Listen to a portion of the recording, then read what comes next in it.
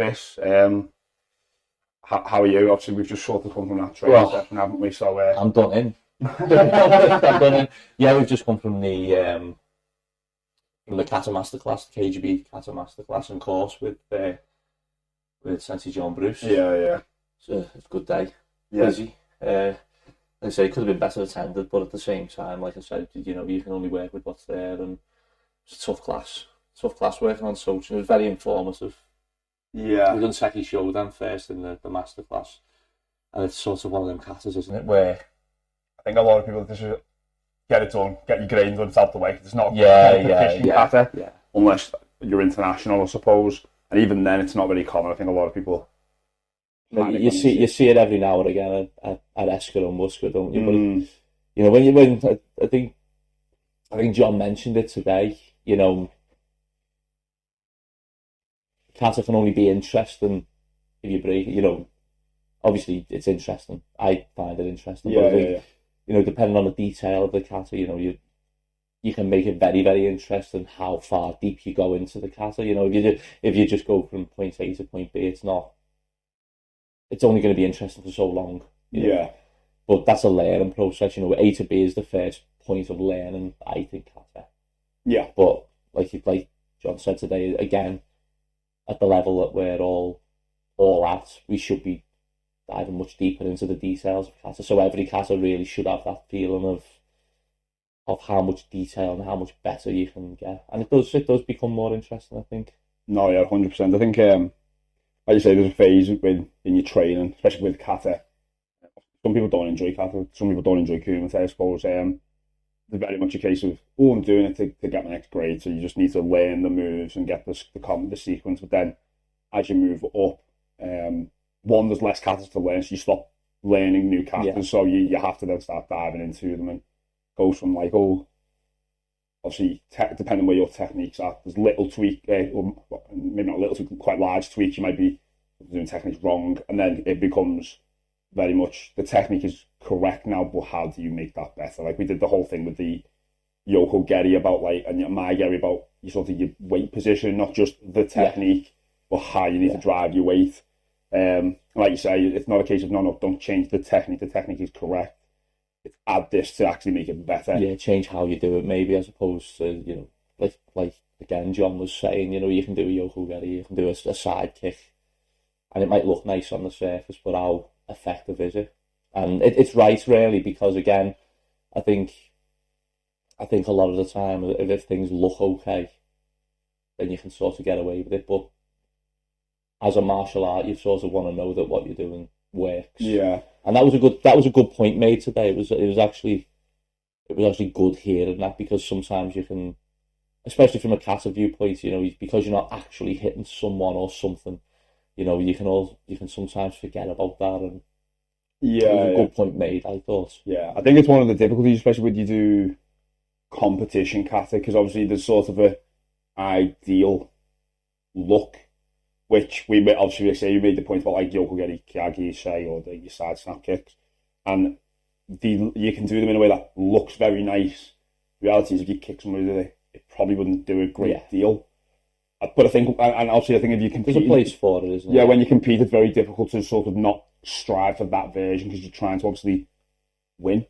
Yeah, you've got to make the kata look great, as good as it can. The eye. Yeah. Whereas I think there's a point where once you pass that, which is sort of obviously I've stopped sort of doing kata for competition now, so I very much do kata for how I want to do it now, which is sort of it's different, because it's not necessarily about this picture pair, but also you go if you to apply that technique as you should, it would be effective. You can start playing with that once you've sort of stopped that competition, I suppose. Obviously, if you don't compete, you can do that from early on.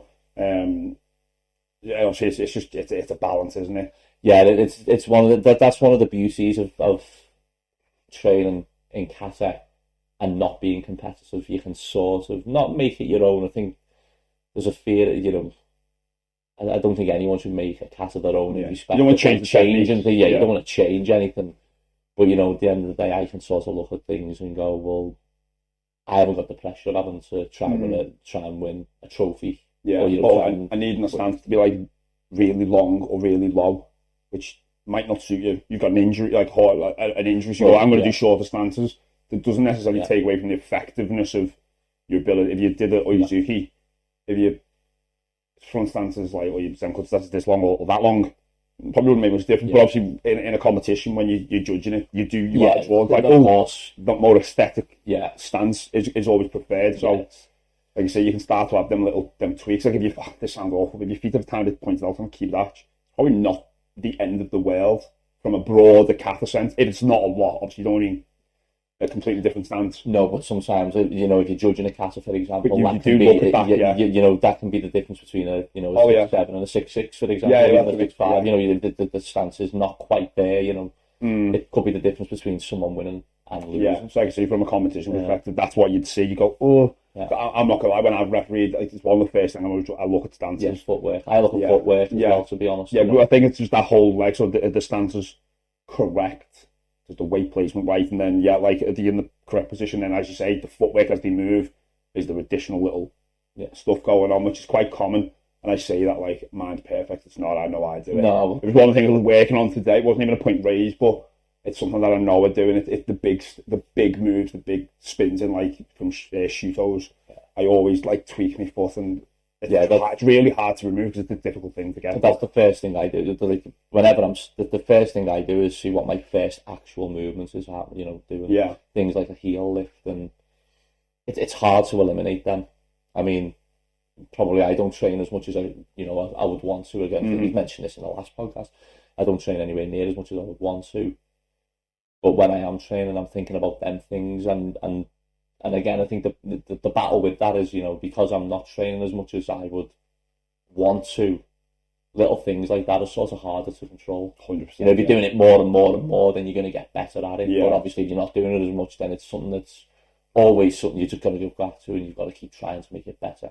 Yeah. But again, that class today was, you know, perfect. It was, you know, it wasn't 100 mile an hour, and no, it wasn't. It wasn't John made the point of not making it 100 mile an hour. Not everything has to be, you know, dynamic speed, everything powerful. He talked about improving the kata in its effectiveness, which I thought was a brilliant point. And like I said, the 2 hours flew by.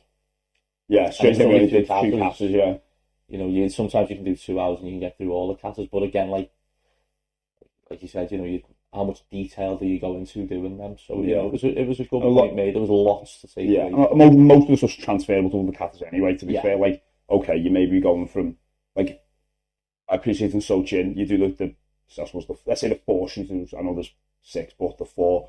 I appreciate in the opposite direction as other katas, but that's a very common move, and that particular pattern's very common where you have to do with the twists and that. So perfecting it there is going to help you doing your Heian Shodan, and obviously, like I say, it raises its head in other katas. So, and like the Kyagis again, they're quite common, and like obviously again, everyone wants to be dead aesthetic. Doing them correctly is more important, isn't it? Yeah. Obviously, if you can kick high and it's aesthetic and you do it well, that's another point. But I think one of the again, like you say, it wasn't really. It was intense when you were doing it, but like looking at it, probably didn't look like a high intensity class. It was intense learning, wasn't it, as opposed to intense physical. You know, which I quite like because it gives you time to be tired in the brain. But it's also, I think, when you're trying to develop something. Because it's obviously a physical sport, so when you're trying to change how you do something, that's considerably harder than just going, because the movement pattern changes. So it's just not that learned movement of like, oh, I always do it this way. You're really working on it because you're focusing on, let's say, your footwork. So you're doing these steps continuously to try and improve them, or like that added body movement in your all your zukis and your blocks and whatnot. But I think again, a point you made about like you know how to do it correct already. We all like you can literally take a step back, strip it back to what it is. Everyone does it right. Yeah. It's when you start combining it, and speeding it up goes wrong. And also a point you made about obviously once you're relatively advanced, which you can put your level on what you consider advanced. That doesn't really matter. But if we said black belt, you're not gonna in 3 weeks or 4, you're not going to improve, or even over 3 months. Whereas like you'd see it with Q grades because they signed a jump from grade to grade, and the expectation is to improve. That stops happening unless you actually work on it. incremental improvements at that point. Well, yeah, again, that point was made, wasn't it? I think when you're a lower grade, obviously getting from, say, for example, your red belt to your yellow belt, there's a clear physical, and a visual improvement. You've gone from your red, you've gone to yellow, but at the grade that we're at, again, the point was made that, you might have to work really, really, really, really hard for months on end on one little thing to maybe move up just a little notch. But again, that's what karate is. It's repetitive. It is what it is, and it's hard. Yeah, that's what sports though. I think anyone it is top level. I would say top level sports. It's little things like that, I think, that make a difference.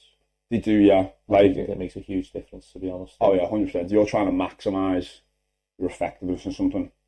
You've got to be looking at what you need to do compared to what other people aren't sometimes. And or like a big difference. Picking up on your little flaws and you'll have like eradicate that to, again, whether that's kata or want to score higher points or more likely to win in the rounds, or it's kumite, removing those little habits and errors that tell them tells that you've sort of got.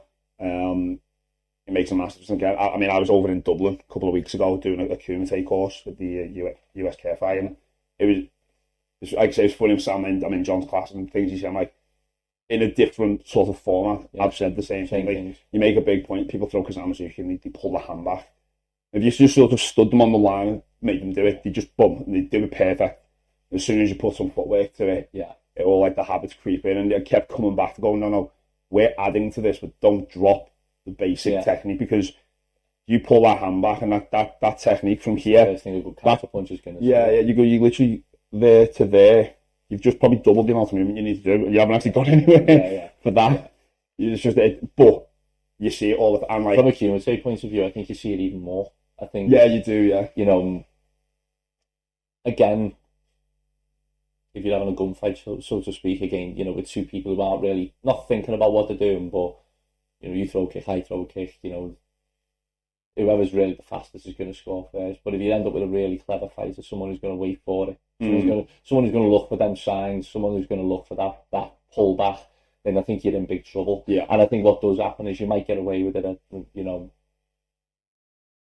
think there's any such thing as low level competition, but I think if you're at a regional competition and there's people who aren't used to competing so much, you're going to get away with it there. But I think as the level goes up, is national competition, but then you go to international competition. As I think I've said this before, international competitions for it's the equivalent of every fight is like a national championship final. It is, yeah. So you can't have them sort of tells that I wouldn't call them amateur tells, but at the same time, if you're not working on it, you're not thinking about it, then they're going to come back and play. Especially if you naturally do it. Yeah, because I think depending on your ability, you can just be faster than somebody, and if they're not as experienced as you can get away with the habit because they won't pick up on them signals, and then by the time they've registered it, you've almost scored. Especially like you said, you are faster than that person, but you hit a point where, like you said, you get to, and again, you can draw this line for anybody. You go, you hit somebody who's as fast as you, then they're about, now it starts to matter. Obviously, you might not be super high level, you might fight who's faster than you anyway, and obviously you're going to have a hard time, but if you are high level, that might be international. But like now, there's no speed advantage really anymore. It's so minute, and then minute things start to make a difference. Because see, I fight someone, I'm not even looking at them going, I'm waiting to see their hand pull back, because it's so autonomous. As soon as anything that is not like actually perfectly coming at me, you've registered it. You might not like. It's funny because like people ask me, like you'll spar with people. You go, what, like they'll come in and you'll counter them, or you'll sort of deal with it quite easily. And you go, what to do wrong? And like, I don't really know, because you go, obviously I'm not watching you thinking I'm waiting for this mistake. I'm just fighting. But obviously as soon as like you do that little give, I'm just reacting because experience has built that up. To know that's coming, which then might be that's coming, and that's a Kazamazuki, so I know I can tilt my head a little bit and you'll probably miss, or whatever that is. Obviously experience builds all that, but like I say, the more you can eradicate those, the much harder you want to fight again. Funny you should say that, to be honest, because we've not spoken about this yet, but I was with Robert Crown the other day, and we were training and we were talking, and he was training with Beth. Yeah. And I think he done something with Beth, just read it and countered. And he said, like, how did you do that? And I asked him, well, I don't really know, I just did. Yeah. And I think it goes back to what you just said there. It was that situation where some things, not that they can't be taught, but some people just see that sort of like that little. But I think that part of that experience isn't like obviously. One of people felt like you pick any common move, Kazamazuki, Yakuzuki, double punch, Kazamazuki, whatever that is. Yeah. The more experienced you are, whether that's like you will have seen it 100, 1,000, 10,000 times, and obviously, especially when you see that with multiple people, you just start to pick up on all the little things. Obviously, you say you don't necessarily need to register. This is the mistake. You just sort of go that move is this, and like you start to because like obviously like people give away kicks quite a lot. The body moves a lot first. That's why when you've got really good body control, and obviously you need to have fast kicks in the first place, but you can kick somebody a bit easier because you're not giving all them telltale signs that a lot of other people will. So then people obviously, again, as soon as like your body sort of twists like that, people go, they know it's not a punch. It's probably a back leg and washi getting the way your body moves. But like if you ask them, why, how did you know I was going to kick you? They probably go, I just saw the kick coming. Like obviously that's zero feedback really. Not to be critical, it isn't. We actually go, well, again, but obviously probably that little drop in the shoulder. But when you're fighting or training with somebody, obviously you're not watching them to critique them. You're just doing it to improve yourself. Yeah, you're looking at that. Well, again, in a kumite point of view, again, it's that point of view. Get there first, and you can find them spots. That at high level, that's what it's about. It's finding that sort of. It might not even be always my opportunity to score. It's just you're not going to score on me. As long as if you don't catch me, then when I want to go, I catch you. I win. Like obviously, and like you say, obviously everyone's playing this little bit of this game of chess, and sometimes it's aggressive, sometimes it's defensive. I love it when it's a game of chess. I mean, I know it can get sort of a bad rep sometimes, but I love it when you can, you sort of see two people and they might be more or less the same as each other, but something's happening, and you might see 90 seconds of a 2-minute fight, you might see something happening where nothing's happening. Yeah, and then that's how it looks at least. Yeah, that's how it looks, but something is definitely happening. Like you've just said, that game of chess. We're just waiting for that one wrong move. We're just waiting for that little bit of an opening where it's like that's all it needs. So and obviously with Shobukan on karate, then that's always going to happen, I think. Yeah, like you say, one move and can literally finish it. You get caught with a Jodan punch, and it's like, oh, hip on. And it happens. It's happened. It's happened as well at some points, hasn't it? So you've either been the one on the receiving end, or you've been the one scoring it. It definitely obviously makes you readjust. Definitely. Some of your thought processes. I was the course in Ireland. We've not really spoke about it, have we? We've got a little bits about it, but it was really good. I had a really good time. Obviously got invited over by David Royal, obviously as part of the USKFI, and David, really great host. Picked me up in the airport, breakfast, dinner after, everything, all fantastic, sort of host. But they've got a really good group, quite a young group. I think obviously there's seniors, but probably from a competitive point of view, I think the oldest was probably about 20. But you could definitely see there's quite a lot of good up and coming sort of, I say kids, obviously I say that being older. But everyone seemed to really enjoy it. The KUGB Northern Ireland travelled along as well, so I think there's 5 or 6 of them.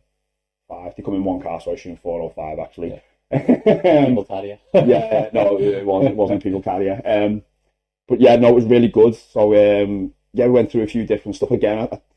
I try not to overdo it, because I think when I first did a couple of courses, I kind of just went way too intense, because I went, this is how I train, I'll drop it a couple of notches and that's what I'll teach, and then you kind of go, not everyone's at that level. That doesn't work, because you can burn a lot of people out. So I have learned to strip it back, and you try and get the points across, and like I say, it's a lot of that, we're working on X, but don't drop this, don't drop that. And obviously sometimes you're working on really simple tech, obviously, especially as a fighter, Kazamazuki should be an absolute bread and butter technique, or a front leg moshigeri. You should, obviously, everyone can do it, but obviously you're picking up on the finer details, and then like I say, we're building on that by adding some tactical elements in and movements and whatnot. But no, it was really, really good. The 3 hours sort of split into two 1.5 hour classes. It absolutely flew over, and good attendance. We had I think there was 50 something. The hall was full. Obviously it wasn't a huge room, it was well filled out. There's nothing better than that, is there, either? Yeah, and it helps, like, even though we, like I said, we weren't going really intense, it kept, like, an atmosphere of sort of, this is a level we need to be at to keep it going. Like, yes, could I have turned it up and gone, like, let's go really hard? Yeah. But then everyone would have been absolutely I think the thing with that, and you learn this over time, I mean, obviously, you've done some courses obviously at a younger age. I mean, you started doing it as 5 years ago, wasn't it? Yeah, well, I think I did my first course. First course at like 23. I think because I won the Europeans at 23, I then got courses straight away. Yes. It was a similar thing, and you know, you think at the time, you think to yourself, well, everyone wants to work really hard. And then as you get a little bit more experience, you go to clubs and then realise, well, I think people are getting you in for the knowledge. You know, you can train hard every single week, but, you know, what people want is the knowledge and what you do and what you do best. And that's a good learning point even when you're teaching a course. I think, you know, over time, you sort of get better at understanding why and what people want, which is a good thing. But I like what David does. I mean, you've just gone back to it before. I mean, the good group of people. And it always seems, I mean, since I've ever known them, they've always had good, strong people. I mean, Dorsa Liana's a classic case for it. You know, good at kumite, good at kata. Yeah, she won a Europeans. You know, at the end of the day, you don't just win championships like that. You don't. You know, there's no category in there where it's like, oh, well, there's only 3 people in there, so you're probably going to win. There's never that. So that tells you the quality of how good she is. And I like his sort of, I always try and look at sort of other senseis, and I don't see them as senseis in like a competition environment. I always sort of see them as a coach. Yeah, and I've always seen him. He's always been a good coach to his students, and I've always seen he's got, you know, one thing I haven't got is that calm manner. I have always noticed he's got that calm manner, and you know, I look at it sometimes and go, you know, that's clearly something to learn off. He's got a good ethos of how, and a good philosophy of how he does things, and it clearly works because, like I said, the quality of his group is clear to see, I think. Yeah, no, 100%. I think, like, obviously we were speaking, obviously, like, I was speaking to him, obviously, because I was with him all day, and one of the conversations we come across is, like, obviously, sometimes decisions don't go your way. Like, that's just, that's the nature of competition, and sometimes they do when they shouldn't. Obviously, how you handle that, and obviously, as a coach, how you handle that and how you enforce, maybe not being the right word, but sort of say, sometimes your student's wrong. They thought they scored, and you just have to go, you didn't. Like, that didn't happen. And obviously, sometimes they didn't get it. But then also, like you say, other times, they probably scored something that they shouldn't. And I think how you craft that, because obviously, whether that's like obviously Dave's sort of like the squad coach and obviously has his club, then obviously I assume all the club instructors that sort of fall under that have to have the same, because all the squad seems to have the same mentality. None of them seems to have that issue. So you go, it's obviously been it's a good point made. It's a good point made as well. I mean, I look at sometimes, and I will hold my hands up and say sometimes I won't be happy with certain decisions, and sometimes I feel like I have to say something, and then, you know, maybe a couple of days will go by and I'll think about decisions made, and I'll go, well, you know what, I didn't have particularly well at that point, but then I'll think to myself, well, how do I make that better? And then one thing I would say is from my point of view is one thing, you know, I'll say it in the club, and you've probably heard me say this before, you know, one thing that we have to do as a club, and one thing we have to do as competitors, is we have to make things clear as day so that there can be no debate. You know, if we can do that, that's the aim. If we can make it no debate whatsoever, then we're in a good place. And we always have to look, you know, regardless of whether we think the decision's should have gone our way, shouldn't have gone our way. I mean, there's been times I've looked and thought, well, that was the wrong decision. And then you look back on the video and go, well, actually, no. Yeah. And I think, you know, and I will be the first to say this, you know, I think a lot of, you know, me included, probably more than most, is sometimes you've got to remember that it's not like VAR in the Premier League. You know, the decision hasn't gone your way, but it maybe should have done, and you get another look at it. You know, referees and judges get one look at things. So at full speed, there's no slowing it down, and obviously the angle, depending on where they're sat, completely changes the viewpoint of what that looks like. And some, like you say, sometimes even as the coach or the competitor, the angle you're at might totally change how that looks in comparison to what somebody else judging it obviously sees. Like that, like I say, it's a delicate balance. Well, to be honest with you, I mean, a classic example happened at maybe the Liverpool Youth Championships. Yeah. I think Nicole from our club was fighting, and I was pretty adamant the girl didn't score on it. 4 flags were out. So at that point, very quickly, you've got to go, well, clearly I've missed whatever's been seen. So, I think, if I remember, because I was refereeing, but I wasn't refereeing the fight, but I was sort of stood back. Yeah. I think, if I remember right, the girls attacked, Nicole's just met it. And the reality is they probably both scored, and it's just a case of who's first. But I think where you were still very much like, probably very much in like, they hadn't really moved off that initial. So probably from where you're sat, you can't really see much, because and the biased look is going to go out. Yeah, I believe we scored first. Yeah, of course. So at the end of the day, you've got to it's really difficult. I think, speaking of bias, it's really difficult to be on. And I know like that might sound, but it's very easy when something's not close. You can watch something, and if somebody's first, and it doesn't need to be like, it just needs to be, if they're a little bit first, you can see it. Yeah. But I think because there's a lot of clash that essentially it's basically simultaneous. I think it's very difficult for people if you've got a vested interest in that person. 100%. Whether that's like you're the instructor's one level, you could be the parents, because that happens. It's going to be really difficult, because you, as much as you can do everything you can to be fair, you want your child to win. And I feel this happens when we're away at Esca Whisker.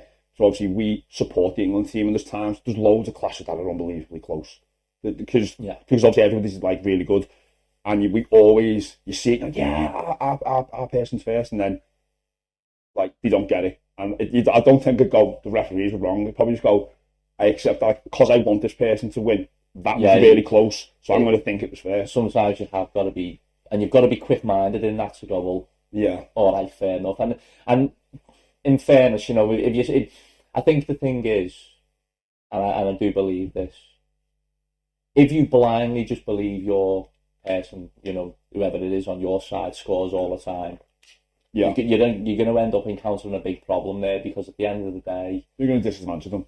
Well, not even just that, personally, how much can you improve if you always just believe that you've just won? Mm-hmm.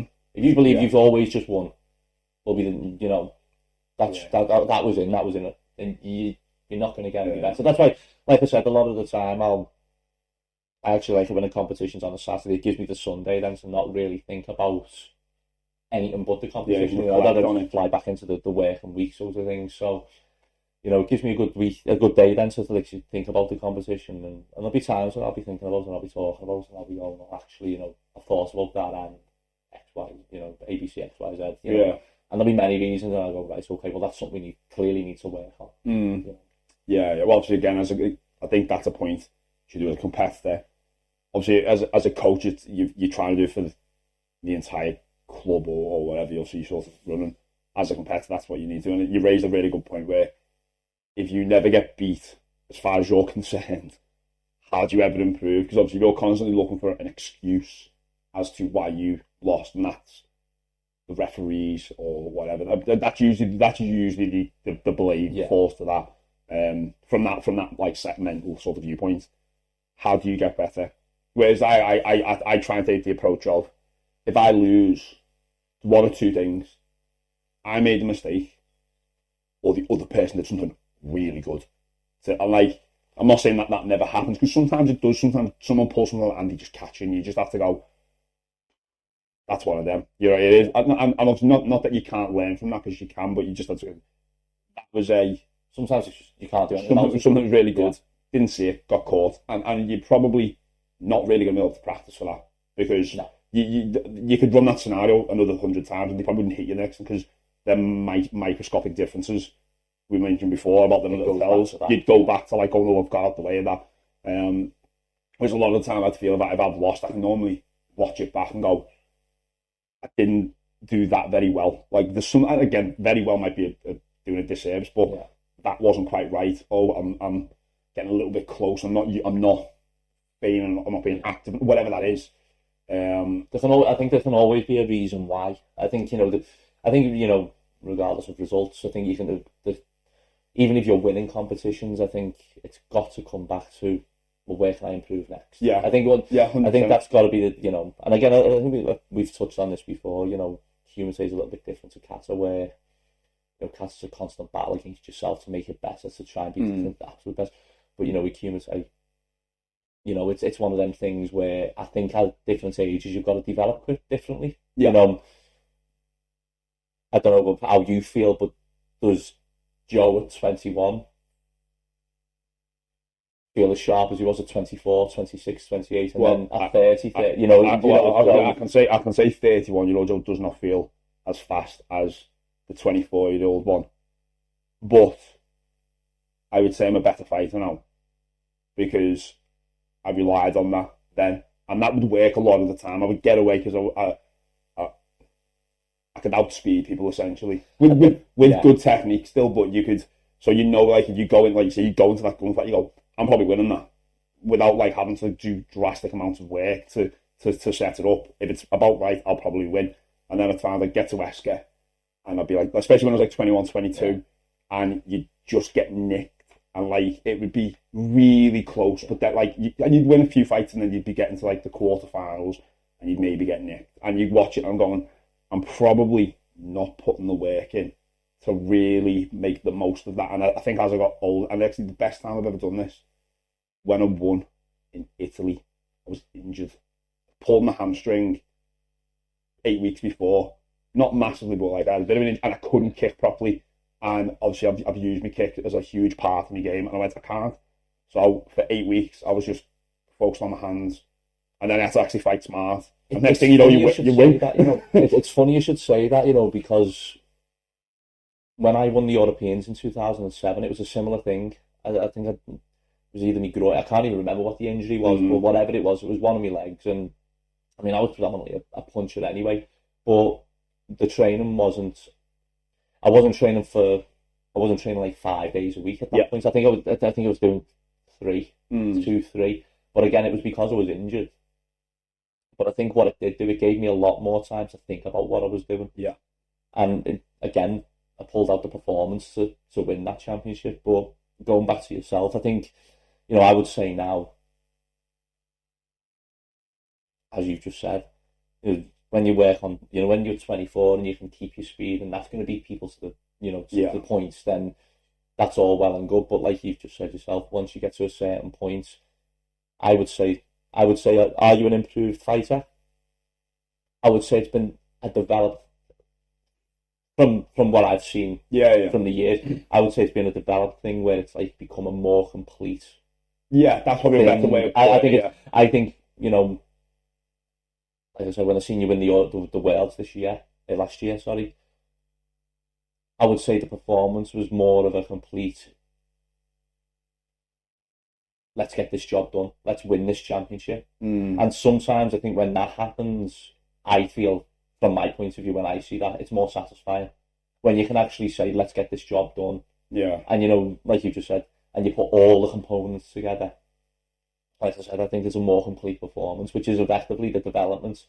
That's what you want to peak at. You want to peak at that, like, sort of the completeness of what you can do. I think sometimes, like you've just said, if you were 31, still trying to be as fast as you were at 24, you wouldn't have, maybe you wouldn't have won as much. Maybe you would.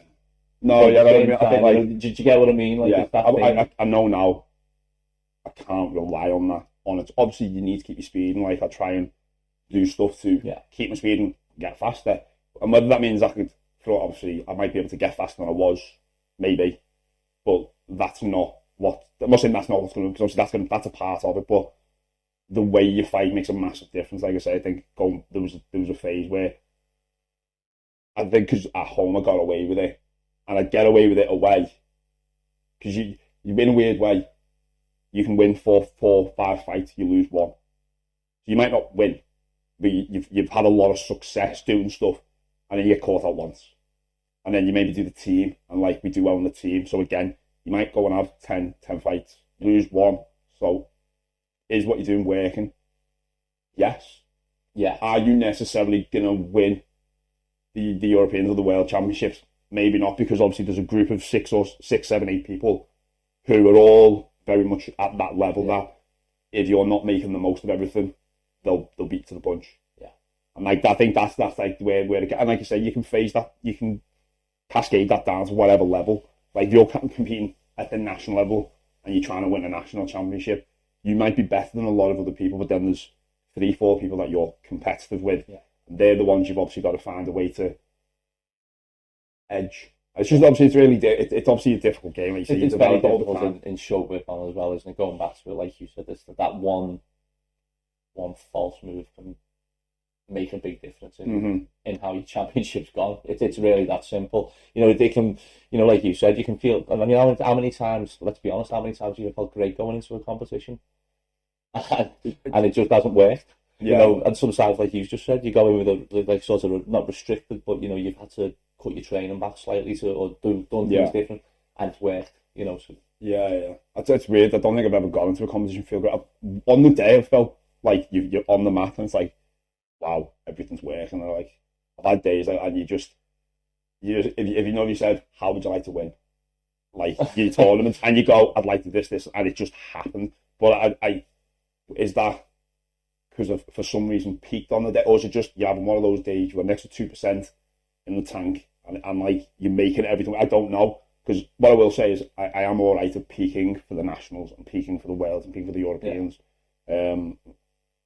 But I wouldn't say I do anything in particular other than, right, I've got the worlds, I'm going to train more. You do more, and you maybe go, okay, I'll maybe not diet, but you go, I'll be a little bit better in my normal behaviour instead of like my normal approach, which is I train a lot, I can eat whatever I want. And that work, would that work for me? Yeah, that kind of works for me. Then maybe going, oh, I maybe won't quite do that. Yeah. I'll be a little bit better. So you might lose 3-4 kilos, which depending on what you weigh, that might be a big, that might be a lot.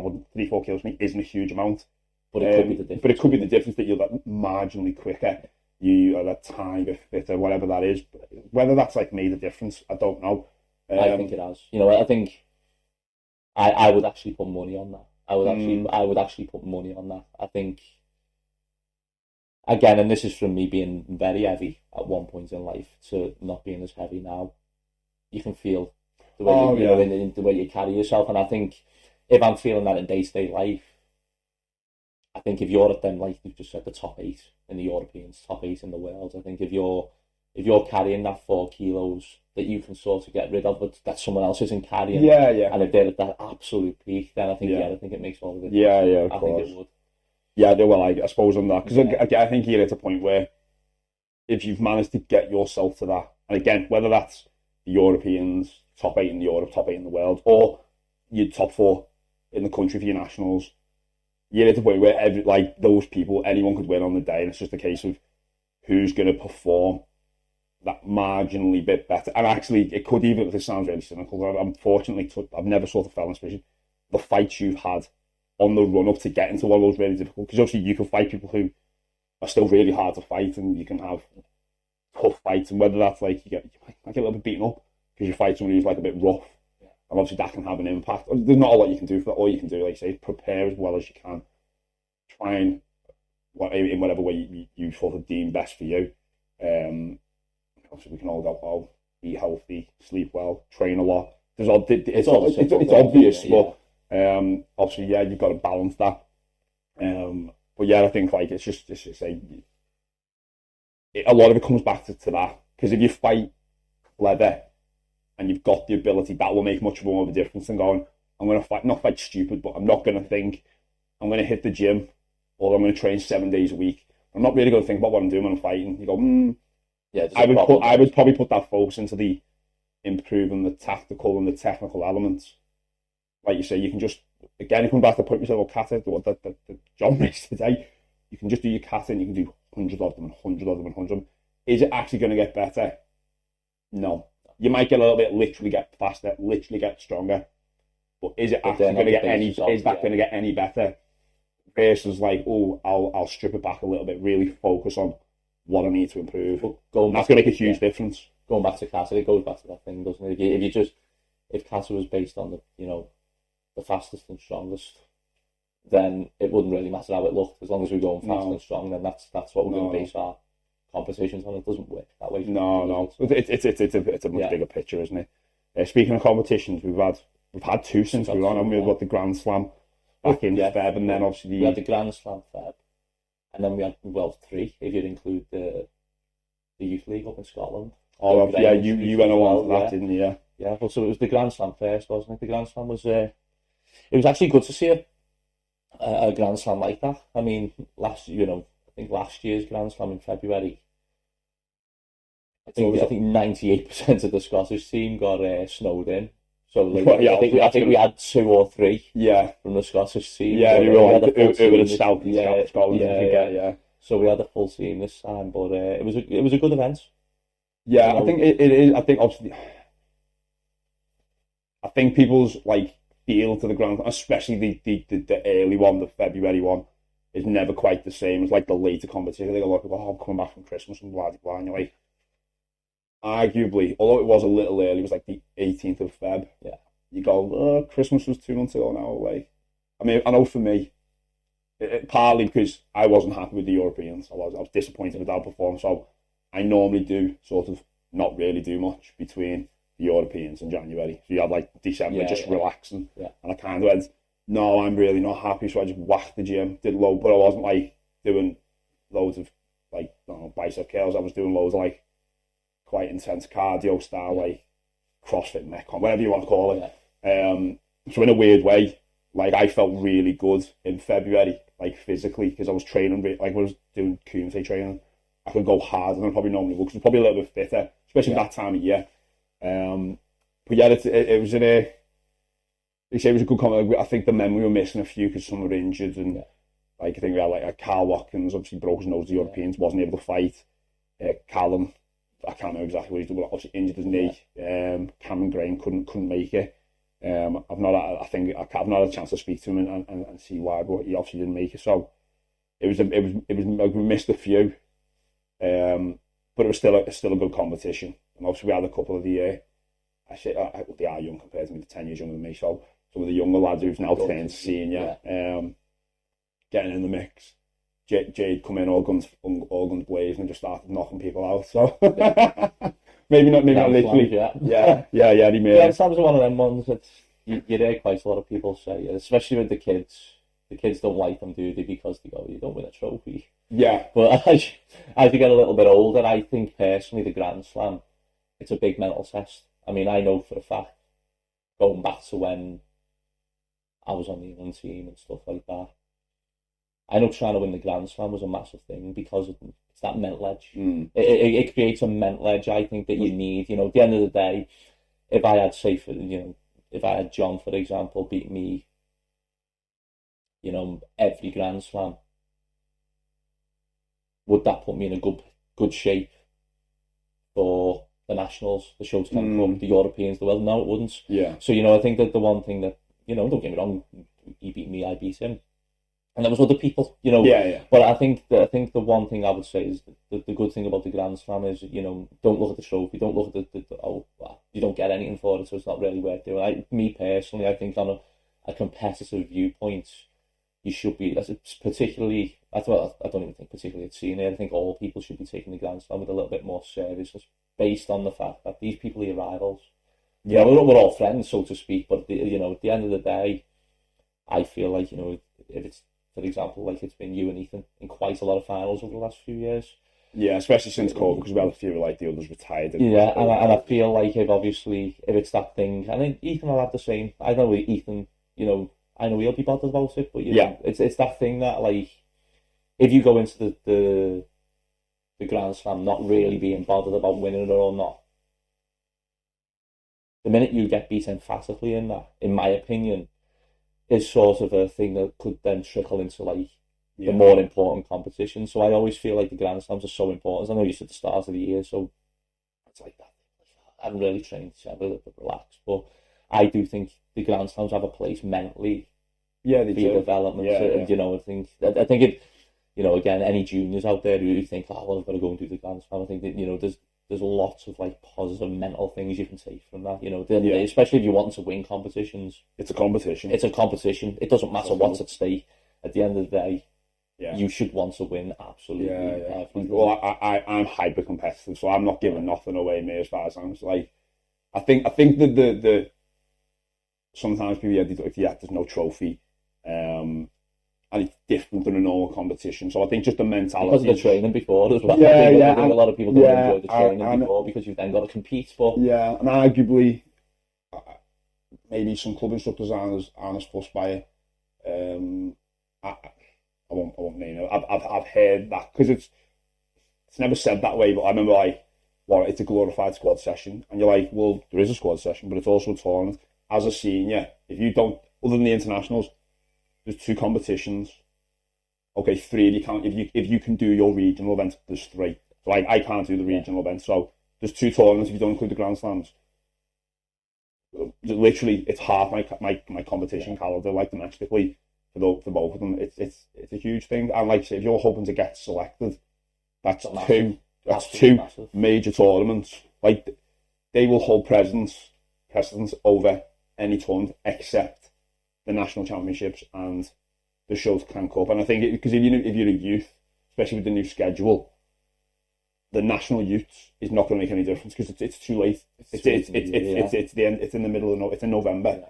The European team's already been picked. Yeah, back when it was in June, it obviously did have an impact on you. So, but obviously, and that's not to say because obviously it could have an impact on the next year. Because obviously you won that tournament towards the back end of the year. But like you say, every tournament matters. Every chance you've got to go and show your ability and performance. And like you say, like there's a mental thing. Yeah, you might not get the trophy, but you still wear it with pride that you won your medals or whatever. Yeah, well, you definitely should do. Yeah, I think maybe that side of it not liking it is maybe just an excuse if it maybe didn't go as well. Yeah. Well, that's always another thing, isn't it? You know? Yeah. I mean, when I think back to the Grand Slam, it is the same people winning, you know, and that to me says that there is a winning mentality among a group, you know, and that there should be. I mean, there's some strong performances as well. I mean, obviously, not including yourself. I think one particular person who sticks out for me at the moment, and this seems to be every competition, is Grace Snowden. I think her performance at the Grand Slam was unbelievable. And then we'll talk about the Liverpool youth shortly, but even then, and it just, I know it sounds daft, but it goes back to them small differences. But she just seems to be getting better every time. It's very hard to look at it and actually point out something you don't like. You gotta go, that's a little. It's really hard to do because there's so little like that is off that you can't just like. That's just really good because it's not just is it technically really good, but it's sharp, it's powerful, and it's usually very difficult to combine speed, power, and technique. You see loads of people who are fast and strong, but then there's a wobble. Because and I don't mean like a drastic wobble. There's like that's not happening, no, is it? No, that's what's you're waiting, you see it, and you wait, and you go, no, and you're waiting for the stance to sort of ease, and it just doesn't. I mean, no wonder she won the Europeans. And I think if I remember, she won that from a point perspective quite comfortably. Not to say that there weren't good people, or it wasn't competitive because it was, but I think obviously when come to the final, she found another level and just sort of. If I'm remembering how the points were awarded. I'm pretty sure she was like a whole point ahead. So I think what makes that even more impressive as well, I think what that particular win in the Europeans with Grace was the fact that at the Worlds, I don't think she medalled in the kata. No, I think she made the semi-finals in the juniors. I think she came fifth. Don't quote me on that. She did make the semis though. But from that first competition, to gain so much knowledge and understanding of what is required. To then go to the next championship. I think it was a big, because we obviously to go to the next championship and just win it. Yeah, 2 months later. Yeah, I think the first one was her first international. So obviously, she probably would have went earlier if it hadn't been took over. But there is differences between what's looked for. I would say they don't judge kata exactly the same as at home. So you like it not slower in terms of but the kata being slower as a whole. Yeah, and I think she definitely picked up on. Maybe some of the things that didn't go her way. And I don't get me wrong, I think she was very close to getting the final. Like you say, if she made the final, she might have won it. That might have been the case. Just didn't quite happen. But then you're seeing, you watched it at the Europeans and seeing the difference in the kata. It was like being able to do that. Being able to do that as well in such a small window. Sometimes you need them. Sometimes at European level, world level, you need them 2-3 years, before you sort of, not, I wouldn't say anywhere near that, because you can be quite close to getting to them levels, but to do what Grace then done was like,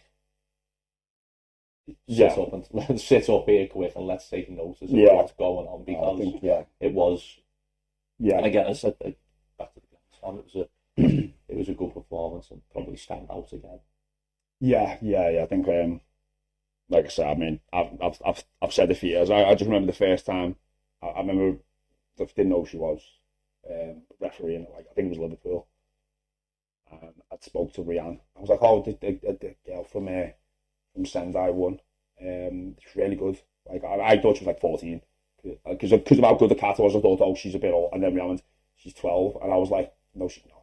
I just don't believe you. She's not 12." And then, like, obviously, I was like, "No, she is." And I was like, straight away, I was like, well, like, obviously, and it doesn't always correlate. Sometimes people are really good, they don't manage to carry it through. But it was like, well, the fact that she has, and then you could see obviously it kept up, and obviously now literally going to like the highest potential level possible. But yeah, I'd be really interested to see her at nationals, because she'll be in the 16 plus. Obviously, not knowing exactly who's competing in it. But I wouldn't be surprised if she won that, to be honest. Even against the seniors, I don't think that wouldn't. She's going to be she's going to be very difficult for someone to beat her. But yeah, so I think another performance I thought was really good over both tournaments. I thought Niall Gilligan's performance. I think probably I imagine from his perspective, he probably a little bit disappointed last year. Didn't quite get the performances or the results, and didn't end up getting into the team for the under-21s to then. Yeah. Like he actually started this last year when he did the youths, and he fought really well, ended up winning it, and I think he beat quite a few like the team members en route to doing that, and then obviously sort of rolled into the year, won the Grand Slam, and then he didn't win the Liverpool Youth League. He had a really close fight with I think it was Marcus. I don't know which Barker it is, and I'm sorry, boys, if you're listening. I am sorry.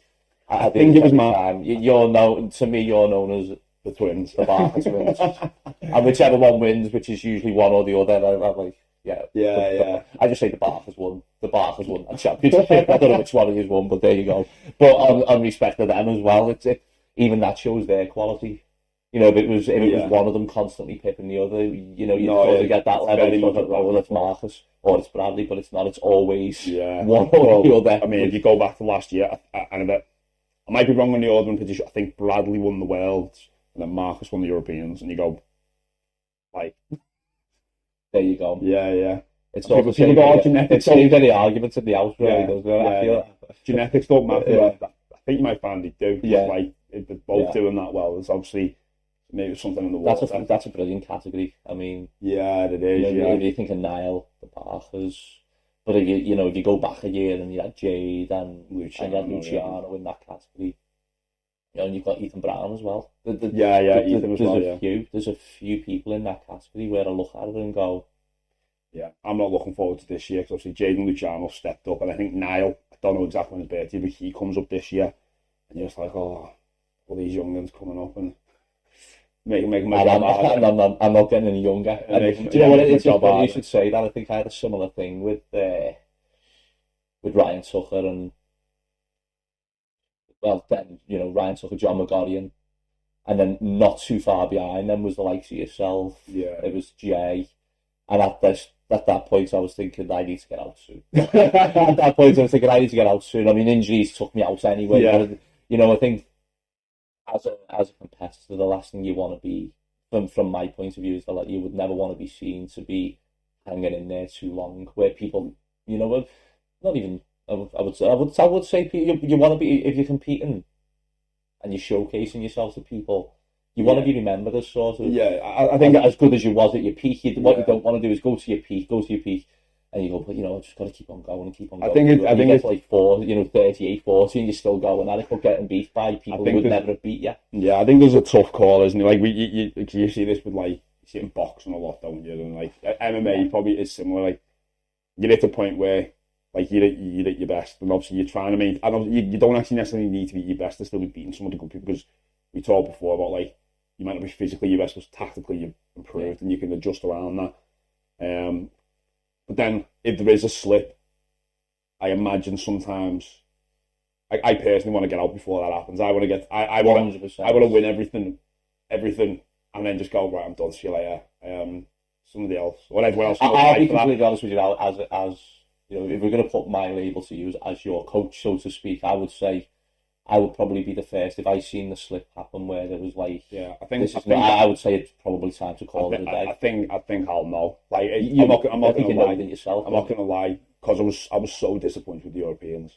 I mean, I was like, it's gone, too old, too late. And then I kind of like went, shut up, Joe. The world, yeah, like 2 months previous to that, you know? Like just had a year where I've won everything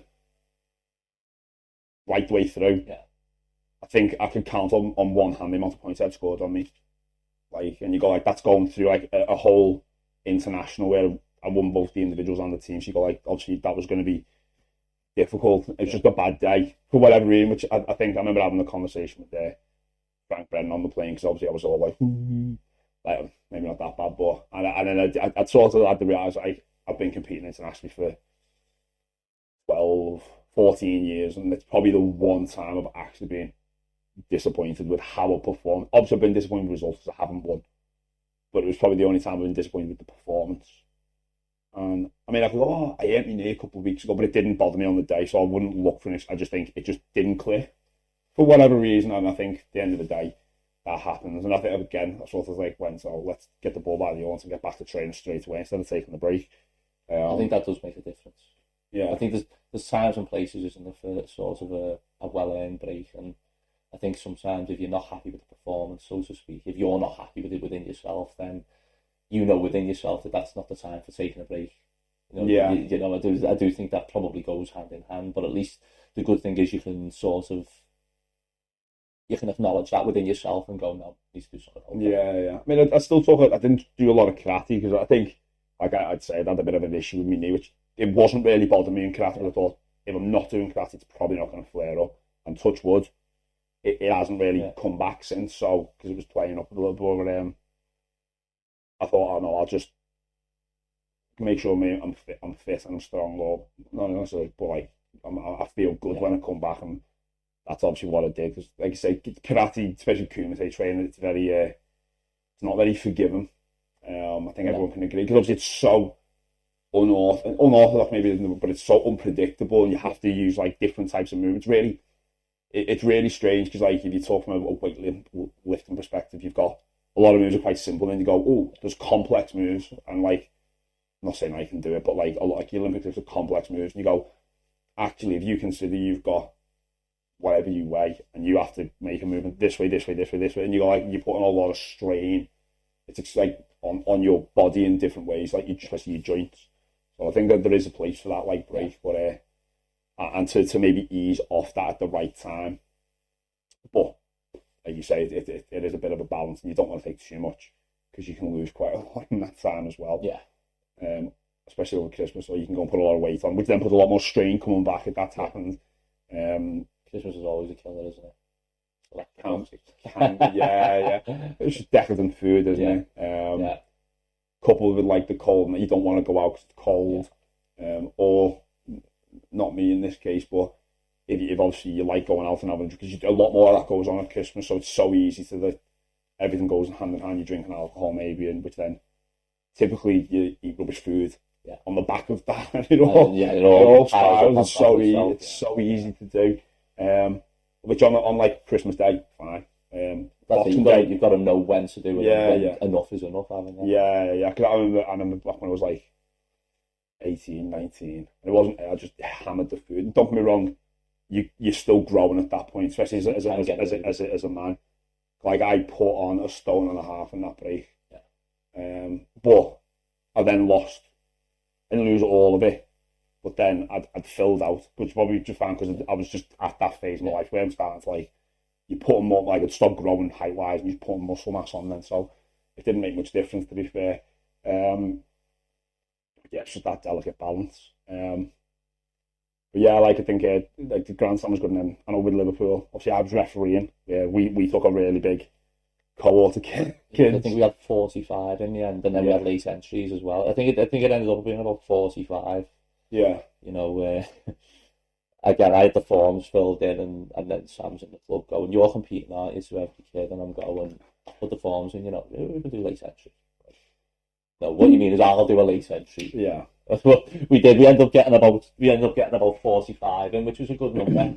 And you know, at the end of the day, we're big in the club, we're big advocates of competition. You know, it's never, you know, I know we grade and stuff like that, but at the same time, I also think competitions are such an important part of everything we do. And I think, to be honest, especially for kids, I think it's important to start competing as soon as possible. I do think there's a couple of viewpoints as to why. I think, you know, you're not always going to win in life. And I think competition teaches you to lose. You know, don't get me wrong, we've had a few kids in the past where they've literally went to a couple of competitions and they started winning straight away. Yeah. That's not going to happen for 99% of people, you know. Yeah. And I think if you can learn to lose, you know, winning becomes even better, and you learn to drive, you know, you learn to get that drive to want to compete. And I do think everyone should try competition. That's my, and I know I would say that, but you know, that's the whole point. And that's why we take big numbers to these competitions, because we promote them, because we don't think it's just about getting as many numbers in as we can makes us look good. It's not about that. It's more of a life thing, you know. At the end of the day, competitions have loads of benefits. It's not just about, you know, if you win, it's fantastic, but only one person in each category can effectively win. Yeah. So, you know, there's the other benefits of getting up in front of people. Yeah. You know, that is a tough thing to do. Getting up in front of people is a hard thing to do, and I understand it is. You know, some people don't like it. I can understand it. Yeah. But I would say try it once. Yeah. You know, at least try it once, because at some point you're going through a job interview. Yeah. No, I mean, exactly. It just carries you through in life. Yeah. And like you say, you're not going to get every job you apply for. So the failing in life happens. So at the end of the day, you've got to, if you learn to fail sooner in life, it puts you in good stead later in life. I think, you know, you can learn to deal with things, a bit more resilient and stuff like that. I think all of it's not a loss, it's an opportunity to learn. Like, obviously, like, you can improve. Obviously, the idea is don't just lose and a loss. Yeah. It's okay, I got beat, fair enough. Yeah, okay, sulk for a day, a week, whatever that is. But then take that away, go, why did that happen? We mentioned it before, build on it, and you obviously can work on that, and obviously, hopefully, the results obviously start to improve. And like you say, you can do that with sport in general, has a lot of sort of real life carryover, doesn't it? So, whether it's kicking a ball, kicking a person, it all helps develop like a complete person. Like you say, life, unfortunately, we don't all win everything all the time. No, that's it. I mean, you know, and in fairness, you know, going back to that championship, I mean, even though we had 45 in, it goes back to them fine margin things. We only had two goals, which was Max, little Max in the kata, and Leo in the kumite. Yeah, and you know, it's probably a while since we've ever not had someone actually win a kumite. You know, yeah, they were like a lot of seconds, then we were like we got 6 seconds as well. You know, so again, it's that fine margin thing, isn't it? You know, Sophia fought the first time, and you know, this is what we also use the likes of Liverpool Youth Championships for. Is, you know, at the end of the day, people have got it's a good stepping stone into competitions, and I think when a competition's local, you should pack it out as much as you can. Support it as much as you can. Yeah, the problem is if you don't support it, it might not be there. I say next year, and or in a few years. It's a bit like the Northwest Open. Like, obviously that died off. The numbers died off. Competition. Yeah, and that was a shame, because it was a really good tournament, and like, obviously I did, and the only reason I ended up stopping it because it ended up, I think I only missed like 2, and it ended up being because it was the day before the Grand Slam. And obviously that straight away does have a bit of an, like, and I appreciate it wasn't done on purpose. It was a case of that's the only day these things. The only day you can like Billy Higgins can book that, and the Grand Slam was on. It's just the way the calendar fell out. But yeah, like, obviously any opportunity to compete as you should be looked at. And like you say, if it's a local tournament, you want to get as many, because then you're not going, okay, we need to go. to, I say Chesterfield, we don't use Chesterfield anymore, but like it's going to become a 2-hour drive. Like obviously support them, because again, like you just said, it's if they're not there, then you won't get them. I miss Billy's competition. Yeah, It used to get tasty as well. yeah, It used to get a little bit tasty because it was open as well. yeah. You know, don't get me wrong, you never used to get many clubs from outside of the KUGB competing, but you know, there was a good couple of years and I managed to get back in there and competing. It was around about 2010, 11. Yeah, the ex-KGB clubs that still come. It got a little bit tasty then, because obviously I know that Leeds then joined the JKS and they still come to it, and it was like a weird animosity that wasn't like actually there, but it was. Yeah, it was like all of a sudden it become that allegiance. It's not just another club now. Yeah, all of a sudden it become that allegiance thing, and I think they felt it themselves. Everyone wants to win for you know, your part of the family. Thought, and it was like, and that was what the Northwest Open was really good for. You know, it always had that little tasty edge to it. I mean, I remember years ago when it always had that little bit of drama. I remember, I don't even think, this was years back. I can't think of who the lad from Harewood was, but it was him and Gary Dowdridge fighting each other, and it was like the team final. And he got on with one another. I think I know what you mean, but I can't think of his name, but I remember him and Gary were fighting, and the next thing, Sean, I can't remember the second name. I can't remember his name. He was a good lad actually, but him and Gary ended up on the floor scrapping with each other. I don't know if Northwest Open. That definitely would have been Sean. That is he about Gary's age? I don't think it's the Sean you're talking about. Okay, but he basically, they both ended up on the floor scrapping, and Billy had to get in between them, drag each other off, and Gary got banned from the competition. I remember Tommy cut Billy's address out so Gary couldn't respond. So little things like that. It always brought that little bit of drama. I remember before it was where it was in Lee Sports Village. It was actually not Liverpool, but it was somewhere else. Halbridge. It was Halbridge. I've been there, that was like one of the better. Like a tropical thing when you went. Yeah, it was a massive competition. It was. I remember Big going to that the first time round, and it was massive. Like I say, there was clubs from all over the place going to that, and I remember being like really busy when I went. Like I was like under 16. It was a shame how it just went, and then like I said, the last time we went, I think Billy said, you know, this is probably going to be our last year. It'd be nice to try and get that back one day. Yeah, potentially. Maybe Billy and try and get it back one day. Because again, there's enough clubs in the area. There's enough clubs, you know, where that sort of environment can create a good atmosphere. You know, it's always an option, isn't it? So it'd be good. Yeah, it'd be good. Even if it's not obviously it sort of had its place. It was like after the Grand Slam. That's where it was. Usually early March, where if you can get but even some other time, if you can get the timing right on that, it'd be good. To get that I mean, I don't think I'd like to do a competition a month personally, but I think like in an ideal world, it'd be great, wouldn't it? But especially it's not. I think as an adult, that'd be physically quite tough. Yeah, like the way I feel the day after the tournament, it's always like. Like even if you haven't been through a meat grinder, it just feels like you have. Yeah. Again, I think that's age because that was never an issue when I was like under 20. Yeah, these things only become a thing, don't they? As you get older, as you get older and a little bit wise, and your body doesn't react as well to it. You know, the day after the competition where you might be a little bit tired, it becomes 2 or 3 days after it, and everything's a little bit achy and stuff like that. So obviously, I wouldn't want too many in that perspective, but. It's weird because like I can train for 2-3 hours and like the next day, no bother, and I can train hard. Like different competition. I'll do squad, and nothing. I'll train dead hard at squad, but like you do a competition and you probably don't even fight for much. But like, be lucky if you have more than 15 minutes worth of fights. You know what I mean? Because obviously if you're finishing matches, especially like they're not even lasting the full length, but.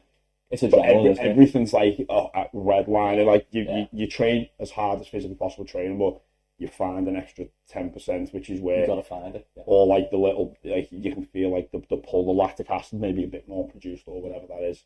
The giveaways is like for me, your legs get tired. That's pretty standard. But like I can feel, I say in my back, and I don't mean like a lot, just my back in general. Probably my lats a lot more than anything.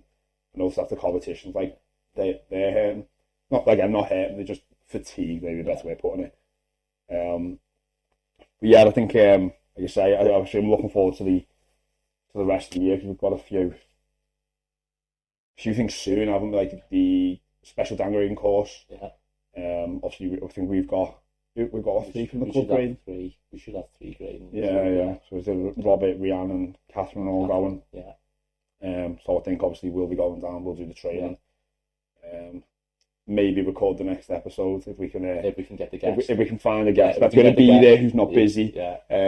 Because obviously people turn up but then they leave because they've got nobody grading and whatnot, or they roped him to do something else. And then we'll have the nationals. The big one. The nationals. Yeah, that's the Christmas Day. Yeah, Christmas. I love it. Yeah, I do love the nationals. There's nothing better than the nationals. Not domestically, no. It's just a class tournament, isn't it? It's just that thing, isn't it? Like, as far back as I can remember, we alluded to it last time when we spoke about it last time with me. I suppose because it's the KUGB National Championships, obviously I know somebody else the British now, or whatever you want to wear it, but it's the big one, isn't it? That's the big domestic one. That's the one you want. Like you can, I suppose you can say you're national champion if you won the Schultzcan Cup because it's a national brand. National individual, isn't it? But yeah, and that's a brown and black belt, and then got the national youth if you're under 21. But there's not the national. This is the one. Yeah. This is the one. You know, if you're ever looking at wanting to win a championship, if there was, I'd even go as far as to say now, you know, obviously certainly you would want to win a world championships and the European championships, but with regards to KUGB, it would have to be the national. There's nothing that comes close to it. There's nothing that comes close. Yeah, definitely. Like you say, it's the big one, isn't it? So hopeful. Obviously, we've got that. Defending our titles as well, male and female team. Yeah, we've got both. It's going to be tough as well. It's been tough. It's been tough the last 2 years. To be fair, you know what? It's both finals for particularly the men's. The 2 that we won with on a knife edge. Really hard. One in extension, and then the other one. It was on the last fight. We needed the specific results. We couldn't. Because Leeds had a nip on in the first fight, so we were chasing that. Obviously, we had to win 2 then. Yeah. Always going to be, as it should be. It should be difficult to win the national championships, even and the team. Obviously, there's good teams out there, isn't there? So, this is what memories about. So, for me, as a coach, I never won the team events in the nationals. We come second a couple of times and third a couple of times. I never ever won it. So, for me, the memories that I have of the team now is that, you've won it. And like you've just said, you would never want to walk through in them instances. Don't get me wrong, you'd like to win a good team. If someone said to me, you're going to win the nationals and you're going to win it this year and it's going to be 3-0 and you're going to win it on and it's going to be quite easy, I go, well, yeah, I can do without the stress. Yeah. But at the same time, it's the memories of, I can think back to the first one we won a couple of years back, and, we really, I think we took a different philosophy than I wouldn't say than everyone else, but at the same time, what we did is we made sure we were absolutely ready for that championship. It was in September as opposed to May, and I think we just come out of lockdown and we decided that we're going to make the train and we're going to push towards this nationals, because if ever there was a time to really capitalise, it was when lockdown was finished. We've got the hall, we've got everything ready. Let's push ourselves with that, and I think it worked. Well, that nationals that year we won 11. Yeah. Got that, the new the Bob Point Memorial Trophy, sort of the and then we got the first one to get it, and Mila won the special trophies, So at the end of the day, we really prepared for that one in a different manner, I would say, and maybe not in a different manner to everyone else, because everyone was probably in the same. But we maybe bent a lot of rules at the time to sort of prepare for that. But we knew that the second time round it was going to be tough as well. Everyone was a lot better prepared, but the team was still in a good place. It was yourself and Robert, and obviously we had Sam that time, and then the girls have done very, very well to win it the second time, and again that was emphatic.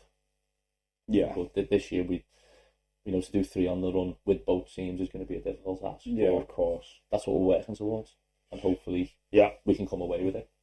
That's the plan anyway. So if anyone doesn't want to make it as difficult, we're happy with that. But at the same time, Ryan, we fully expect it. Ryan, if you're listening to this, please Take it easy.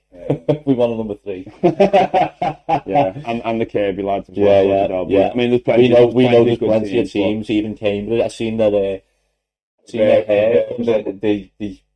The central regions yesterday, didn't he? So he's on the scene, which is a good thing. It's good, yeah. Well, obviously. And again, Cambridge as a team, they've always had a good team. So like a dark horse team. I think because they don't go to a lot of like the big tournaments, because they haven't had a lot of. Again, I think partly they don't have a lot of younger competitors, because it's a university. What I like about them is they pop up with these competitors that none of us had seen before, and they're all good quality competitors, and you're like, that's what makes the nationals. Even the nationals is a part of that as well. You know, you've got a lot of clubs come out the woodwork, don't they? Yeah, you're like, because it's the nationals. Yeah, I mean, I'm dare to say, you know, again, I'm even thinking Solihull this year. You know, if you actually consider the fact that there's Niall and Thomas, and there's Tom, a third person in that team, it's a strong team. Yeah, it is. Yeah. Speaking of people who Thomas has impressed me a lot as well. He's getting better and better, isn't he? As he's getting older, and he just reminds me of his dad. Quite very similar, yeah. I am going to say a better version. Sorry, Greg. I am going to say a better version. I am only joking, but no, he is impressive. He's getting the job done in a good fashion as well, which I think is exactly. Yeah. It seems to be getting comfortable. Is maybe the wrong way of putting it, but like he's obviously starting to almost separate himself. Yeah. Which obviously, I don't know Thomas very well from like I haven't spoken to him a great deal. He's quite quiet, so he might be really confident. He might not be very confident. I'd say there's a lot of confidence. But I think obviously that will definitely be building, because obviously like results definitely cause. That's weird, obviously, for some people. Like doing well can cause pressure. Like that's how I felt when I first started winning. Nobody was pressuring me, but I put pressure on myself and I got nervous. But then it just sort of went away, and it was like, oh no, now it's just the taste of winning. Supreme confidence. I think the taste of winning can put a lot of pressure on you. You know, if you want to win, you've got to put pressure on yourself in the right manner. I think. Yeah. You know, if you do all the right things and you're putting pressure on yourself in that way, i.e., make sure you're training. I think that's the most important thing. Make sure you're training and you're putting that pressure on yourself to train and get better. Yeah. And I think that's an important factor. Yeah. And going back to that, like not just training, like training smart. Yeah. Like almost having like a mind journal. Like give Charlie a little shout out here. I know he'll be listening to this. He's saying he does like a training journal. Like I know, I suppose I do. I don't do one on paper, but I do mentally do it. Like, I'll say, what don't I like? What am I doing? Well, what do I want to work on? And then you practice it in training, and you sort of always a physical one, doesn't he? Physical. But obviously that's the joy. I mean, he's 10, 11, so he's obviously going to approach that very differently than like I am. He writes it on the bus on the way home, which again is another good thing. You know, if you actually think about that, it's sort of a throwback to how things used to be. You know, I do think that with Charlie. When I look at him, he lives in Anfield. Got to get 2 buses to train, and 2 buses home, and he just does it, and he loves it. Trains like 3 hours a day, and he does 3 hours. He does 3 hours of training. So, But he's stuck within the adults, isn't he? So a little bit heavy. You got to go, right, Charlie, get down there. But yeah, he's always like, you can see him like looking round. Who's next? Who's next? Who's my next? Who's the next victim? Who am I going to slaughter? Who am I going to slaughter in this match? But like the point being, like obviously there's an example of somebody who's like really trying to consider how they're going to improve. And like I say, I know I've never physically gone and written it down, but it's definitely something that like I consider. And like you can't work on everything all at once. I think you need to obviously again sometimes that like reassessing of what you want to work, which again it's going to be really different for a lot of people what that is, because it might be you need to work on something really basic. Now that could be because you're really high level and you're trying to just eke out the tiny differences, or you're a bit less experienced and you're trying to obviously just get better at something. But obviously once you work through that, okay, move on to something else, but then you can't let the old stuff slip. So really, I think that's one thing I regret, not doing a journal, going back to it. Yeah. I think mentally you take everything in, don't you? And then I think back to all the things that I probably forgot over time, and just to look back on it and go, oh, it was that was a good thing. But, yeah, it's you're right in in what you're saying. It's all part of a. I think you have that in your head, don't you? Yeah, all part of a master plan in your head. So yeah, that's definitely where you want to be. Yeah. But I think obviously you could again. We said about karate, like your karate having like real life implications, because you could argue that with a lot of things. Like I know a lot of, like I listen to podcasts and that, and they always encourage reading books, not audiobooks, although they're good. They all read, journal. Like, what do you want to, like? Obviously, I know. Obviously, I'm not keen on manifestation, but like, you know, part of that is like, this is what I want to achieve today. This is what I'm handling to make that happen. Obviously, you probably find. I mean, if I did more of that, I'd probably get a lot more stuff done. In general, Wouldn't we all? Yeah. So because you go, right, I've got these 3 things that I have to do, and like obviously whatever that might be, it could be something like, I need to walk the dog, I need to do this, I need to do that, and obviously you make sure you find the time then. But like say, relating that back to you from a training perspective, that's how you're going to sort of work. So like I'll pick a couple of things, and I won't go. I might pick something that's quite difficult at the start of the year, because you go, right, is this is going to take time to perfect, and it might not. It might just walk in and just go, oh, actually I can do that quite well straight away. But then there's other stuff where you go, right, I'm going to just work on this little thing just to iron it out, whether that's a feign and go or whatever that might be. But like you say, it'd be interesting to have written it, because then you can go, oh, what was I working on in 2020? I mean, we're in 2023. What was I working on in 2013? I'd probably find there'd be stuff getting repeated because I just haven't got better. That's the thing. That's the thing with karate, though, isn't it? It's a repetitive process, and I think that's. I wouldn't say karate is a sort of niche sport in respect of, but it is Marmite in a lot of ways, isn't it? You know, some people love the repeat process of getting better and working on something over and over and over until you get better. It's not like football, is it? You know, I think football, no 2 matches are the same. No.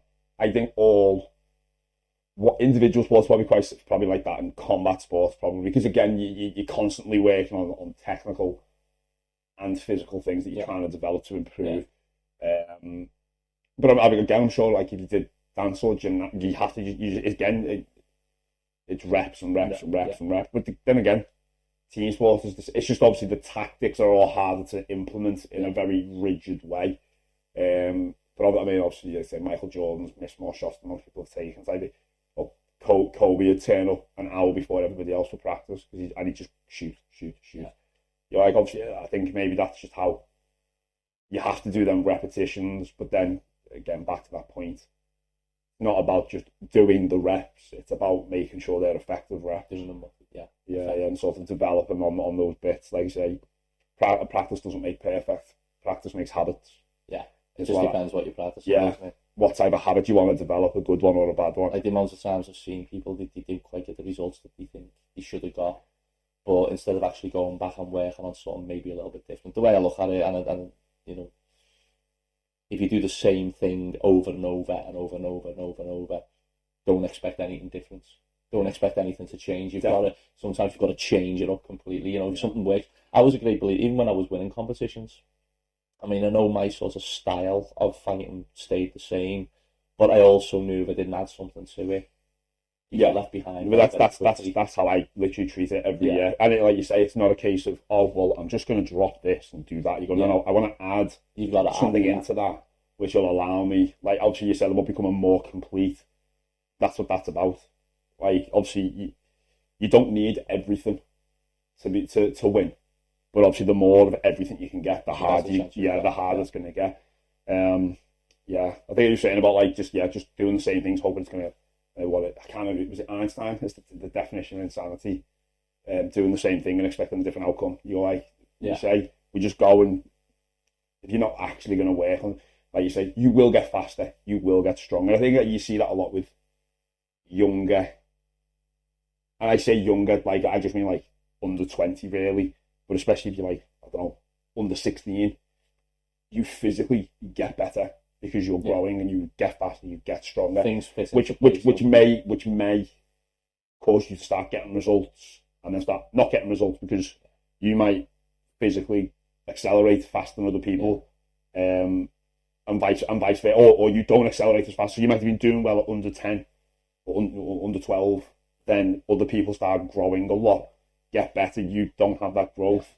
But obviously you have to accept that that's just formative years. You obviously develop as much as you can. Physically, everybody sort of levels out at some point, probably by 16 for girls, I'd say, and probably by 18 for lads. You're probably, maybe not fully grown, but the differences have kind of thinned out. Yeah. And like you say, it's working on everything from there to get those technical elements and tactical. Again, people, I think it's very easy to sort of, everyone wants to be tactical, but then they can drop it really easily. Because the physical side, like if you're faster than somebody, you'll probably beat them 9 times out of 10. But that stops being the case if you're not drastically faster. Again, it's okay to be. I think what you just said there. You've got to have that sort of game plan, haven't you? Yeah, if that makes sense. It's like going back to the point before. You know, if you're just as fast as everyone else, or you're a little bit faster, you might get away with it to a certain extent. But if you're not thinking about what you're doing, once you get someone who is thinking about what they're doing, it's going to be. You just get nicked. And like you say, you're maybe not going to be the fastest all the time. Especially like you say, you move out like domestically, you might be the fastest, but then you go somewhere else, you go to the international, it's now to everybody's fastest people turning up. I mean, like I say, it's the nature of all sports is the same, I suppose, but like you say, you are quite fortunate with karate in that there's so many elements, especially within kumite, that like you can gain a little edge here and that can also make a difference, and a little difference here could make a difference. But again, even kata's the same. Like a little tweaking, like 1 or 2 moves, can obviously make the whole thing look considerably better. It's like you say, like all it takes is one judge to notice that foot moves, and like boom, straight away they're already, because the kata's close, they're already starting to knock you down in terms of like who's going to win, or your points drop 1 point, which across 7 judges could obviously make a massive. Makes all the difference. Yeah. I suppose it's 5 because 2 don't get counted and whatnot, but like 0.5 could literally be 1 point less per everyone because they've all sort of noticed one thing they don't really like, or one thing they do like and they've marked it up a little bit. What are we on there? An hour 26. Yeah, I think probably about time to wrap it up. I think we're done on this, but the next one will probably be post nationals. So hopefully. Post national, maybe just maybe post. It depends. Yeah, if we get one, if we can get one in before the nationals, then happy days. Yeah. It just depends if we can, if we can get anyone on, and we can. To be honest, if we do it at the grading, it might not get released till after the nationals anyway, because it's only a week difference. We're going to spend a little bit longer editing it this time, I think. Okay. But we say that, but we might get a video before recorded, I should say.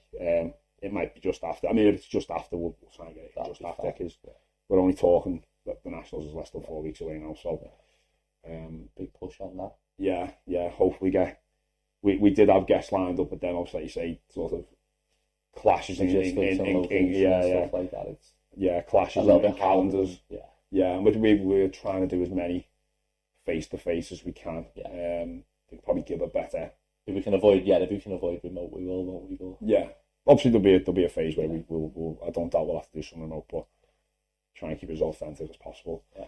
But for now, I think that'll wrap up. Obviously, if you're not already following us on social media, we are. We're on Facebook. We're on Twitter. No, we're not on Twitter actually. I don't know if we want on Twitter. Maybe. No, we're not going to complicate the situation. Yeah, but we are on Facebook, we are on Instagram, we are on TikTok. And I just need to reiterate this, that the actual page is on TikTok. I am not.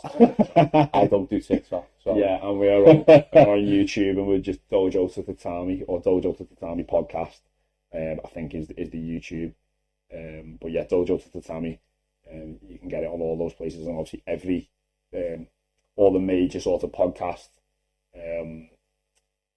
providers, or you can find, if you find your preferred one doesn't have the podcast, let us know. Just drop us a message in the on the Facebook page, or it's on any of them. You can DM us or whatever, and obviously I'll look to get us onto that particular one. But we're on Apple, we're on Spotify, Amazon, Google Podcast, and I know there's a couple of others that we're on. I just can't remember the all off the top of my head. What about? Yeah, we are there, but like I say, if you're struggling to find us on your preferred one, let us know, and I'll look to get us signed up to that. But yeah, I think for now, yeah, I've enjoyed this one. Again, a little bit different, not less about us, a lot more about like other things. But yeah, obviously, like I say, we'll see you all soon, and thanks very much, Chris. Thank you.